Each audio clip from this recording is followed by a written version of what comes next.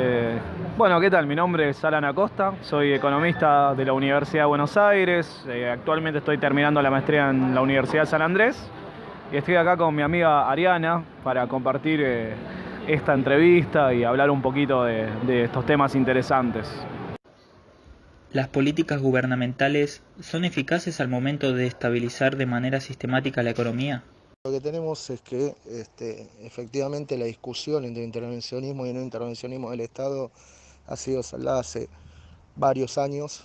Básicamente en cualquier estructura estatal que hoy nosotros nos encontremos presentes, la intervención del Estado es a través de sus políticas públicas, ya sea fiscales, monetarias o cambiaria, es una de las herramientas que tenga, ya sea que estemos hablando de gobiernos liberales, neoliberales o de economía centralizada. Entonces, siempre la intervención del Estado en economías, eh, sobre todo con desequilibrio, es necesario.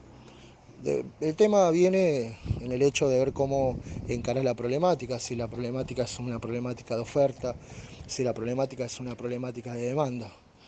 Actualmente en la economía argentina lo que tenemos es una falta de diferenciación de cómo atacar la política pública y el problema de los desequilibrios en precios y en la economía en general que se vienen dando.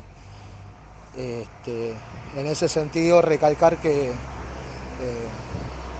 la Argentina tiene una estructura productiva desequilibrada, un sector agroexportador generador de divisas, un sector mercado internista que para promover el mercado interno y seguir desarrollando su producción necesita de dólares y bueno, para atraer bienes de capital, y esa puja constante entre los sectores que generan y los sectores que demandan también genera una tensión hacia adentro de la economía, que algunos la entienden como problemas de demanda, pero verdaderamente el problema termina siendo de oferta a la hora y a la necesidad de lograr la expansión económica. Por eso mismo, durante el gobierno anterior probablemente se ha incentivado la demanda y durante lo que vemos de este gobierno de 2015 a esta parte, lo que se ha hecho es desincentivar la demanda, no reconociendo que los problemas son de oferta. Acá la idea es entender un poco acerca del rol de las políticas gubernamentales para estabilizar la economía. Y si ven, hay varias posturas. Es cierto que la práctica profesional ahora terminó convergiendo a que, en cierto modo, en el corto plazo seamos keynesianos. Es decir, en el sentido de si estás muy en crisis, si hay muchos desajustes, uno cree que el gobierno tiene herramientas para estabilizar la economía. Sin embargo, en el largo plazo, una vez que salís o que tenés que pensar un poco en cómo crecer de una manera sistemática, si se quiere, ahí la profesión fue virando a que vayamos más hacia los clásicos, o sea, en un sentido de políticas de oferta, de no recalentar tanto mediante gasto público o política monetaria. Es como que la idea sería ni una ausencia completa, ni tampoco una presencia completa. Es como que ambas características tienden a fallar en algún punto y eso se ve, o sea, cuando no querés tocar el mercado en tiempo de crisis no puedes hacer que salga. Y cuando lo tocas todo el tiempo, lo que termina pasando es que una vez que se estabilizaron las cosas, las jodés porque no hay una forma clara, la gente empieza a leer que estás sobrecalentando, presionando, y a partir de ahí puedes ver cómo distintos gobiernos terminan en cierto modo enfrentándose a ese problema, digamos, que no todas las herramientas son lo óptimo en cualquier momento del tiempo. ¿Qué impacto tendrían las políticas de la macroeconomía clásica en América Latina? Bueno, luego con la implementación de políticas monetaristas al interior de América Latina, lo importante es recalcar en este punto que eh, estamos hablando en países de vía de desarrollo, que tienen una estructura productiva determinada, que tienen este condicionamiento y estas fricciones sobre los tipos de cambio y el nivel de precios.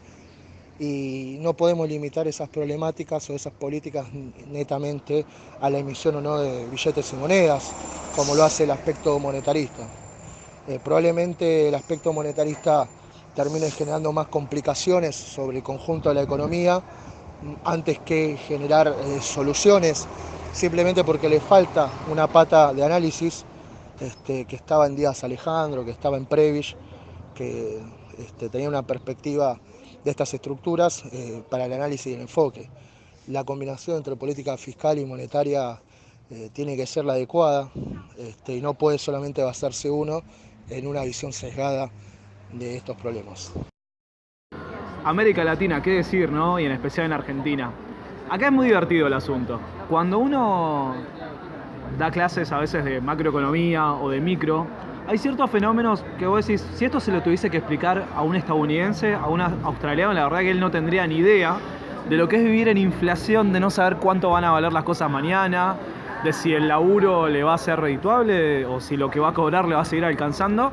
Y acá todo es tan natural, cualquier problema que vos menciones en cuanto a la política monetaria, la política fiscal y los efectos, todos ya lo sabemos. O sea, el taxista acá vos te lo cruzás y te arma un plan antiinflacionario 3 años, pues el tipo tiene todo esto en la cabeza, ¿entendés? Es como que él realmente está viendo cómo va a llegar en el día a día, cómo le va a impactar el tipo de cambio, y es como que la gente acá anticipa mucho más. Cuesta decir si en toda América Latina es así, porque es cierto que Argentina es especialmente inestable. Nosotros cada 5 o 10 años tenemos una crisis grande, y eso la Argentina, la gente que vive acá lo incorpora y ya está esperando, ¿viste?, cuándo va a venir la próxima. O sea, ya sabemos que en algún momento el tipo de cambio puede volar por el aire, la inflación puede volar, no sabes si va a bajar, no sabes cuándo va a ser la próxima crisis, y eso te afecta en el comportamiento y afecta el impacto de las políticas.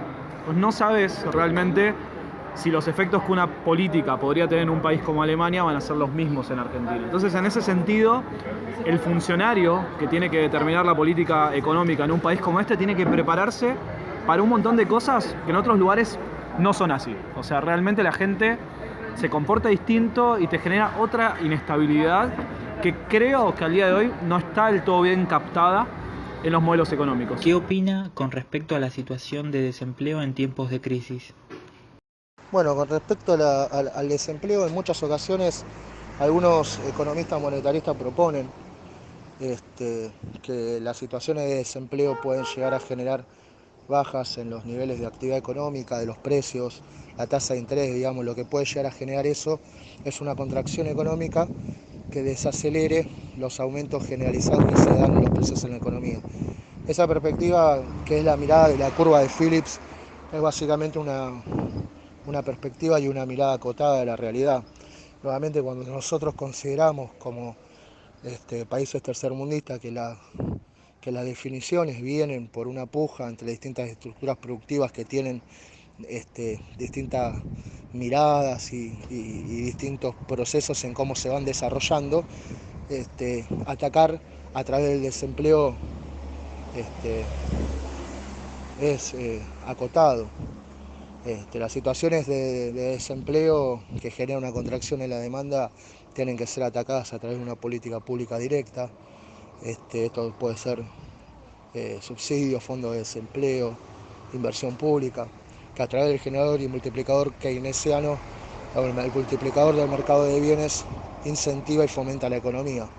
Esta es la verdadera perspectiva que uno tiene que tener en cuenta a la hora de salirse de estas situaciones, no solamente por un tema de eficiencia, sino también por un tema de justicia social, ¿no? Salirse de esas situaciones lo antes posible. Acá voy a comentar un pequeño detalle, que es que la tesis de grado, cuando me recibí de economista, justo la hice sobre el mercado de trabajo, y fue interesante esto de ponerme a pensar de lleno en el tema, y obviamente la mirada social siempre está, porque es cierto que el desempleo es uno de los problemas más graves que una economía tiene que afrontar. ¿En qué sentido? En el sentido de, si vos tenés una persona que quiere trabajar y no puede hacerlo, ese es un factor que no se está aprovechando. O sea, es alguien que podría estar contribuyendo a que tu economía crezca, y eso no pasa. La contrapartida es que probablemente el desempleado no tenga plata para hacerle frente a los gastos más necesarios e importantes para su día a día.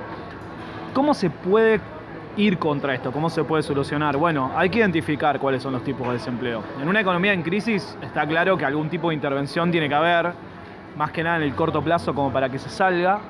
Pero si tus crisis son recurrentes, por ahí hay que pensar un poco más en el largo plazo. O sea, ¿qué cosas te están llevando a que esto pase una y otra vez?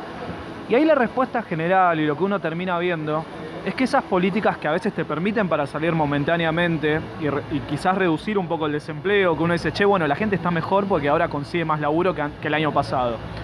Pero claro, después pasan 2 y volvés a lo mismo. Entonces uno se pregunta qué es lo que se está haciendo mal, y justamente ahí es donde hay que empezar a pensar en las políticas de oferta.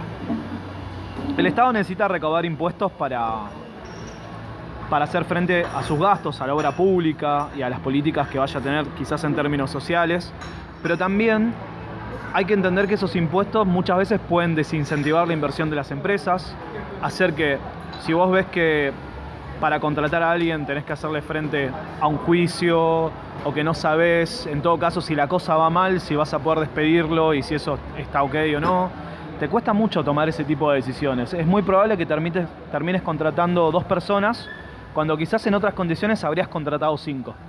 Entonces, esas 3 personas que la empresa no contrata y probablemente sean desempleados. Y uno dice, bueno, qué lástima, ¿no? Porque uno le quiere dar derechos al trabajador, pero también querés, por otro lado, que más gente acceda a esos derechos, y ahí es donde tenés esa cosa de que si uno no se pone en la cabeza de la gente que toma las decisiones, muchas cosas terminan pasándose por alto. Entonces uno pone impuestos para recaudar, para generar transferencias a fin de favorecer a otro grupo de la población, o querés que los sindicatos negocien buenos salarios, o querés que en caso de despido te puedan pagar, no sé, 3 años de indemnización, o que las jubilaciones sean fantásticas, y todo eso que hace que sea cada vez más difícil contratar a una sola persona, que vos tengas que tener en la cabeza 2 millones de cosas para decir, che, me voy a poner un localcito para vender cerveza artesanal, o me van a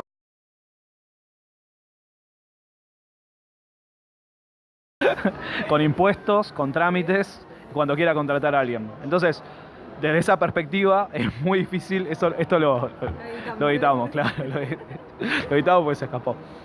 Entonces, lo peor de todo es eso, ¿no? Que si al final del día uno está pensando en el bienestar de las personas, hay que entender qué cosas terminan impactando en ese bienestar. Y para el desempleo, la solución es esa, es el crecimiento, es que las empresas puedan contratar y que los trabajadores encuentren un puesto en el cual le proporcionen algo al que lo contrata y también se puedan llevar su parte de la actividad correspondiente.